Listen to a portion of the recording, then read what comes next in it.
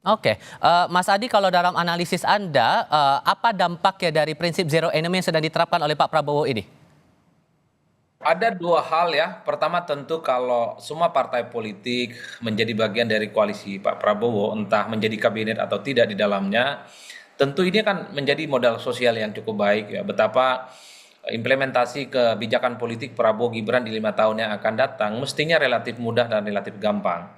Apalagi kemarin misalnya kita menyaksikan 2 hari audisi calon menteri dan wakil menteri itu diisi oleh orang-orang hebat, orang-orang top yang saya kira memang sudah punya pengalaman ya secara politik ya cukup panjang meski ada satu dua tiga nama yang misalnya newcomer dan dilihat misalnya belum kelihatan punya rekam jejak tapi overall secara mayoritas yang hadir dalam audisi adalah mereka yang saya kira track record dan jam terbang mereka sudah bisa kita nilai tentu terlepas dari pro kontra yang ada. Hmm. Nah, yang kedua tentu yang menjadi kekhawatiran adalah ketika semua kekuatan politik partai-partai menjadi bagian dari koalisi pemerintah, khawatirnya di kemudian hari kalau ada kebijakan politik yang tidak pro rakyat, kontroversial, dikritik kanan kiri, itu tidak ada yang berani memberikan peringatan atau check and balances secara langsung kepada pemerintah.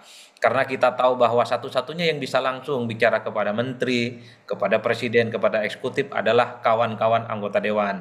Ini yang saya kira tentu yang menjadi kekhawatiran karena ada kecenderungan kalau partai sudah mayoritas menjadi bagian dari koalisi pemerintah seringkali kebijakan-kebijakan yang tidak pro rakyat, Hmm. kontroversial itu lolos diundang-undangkan, lolos menjadi sebuah regulasi yang seringkali kita saksikan misalnya sepanjang 5 atau 10 tahun belakangan ini. Oke.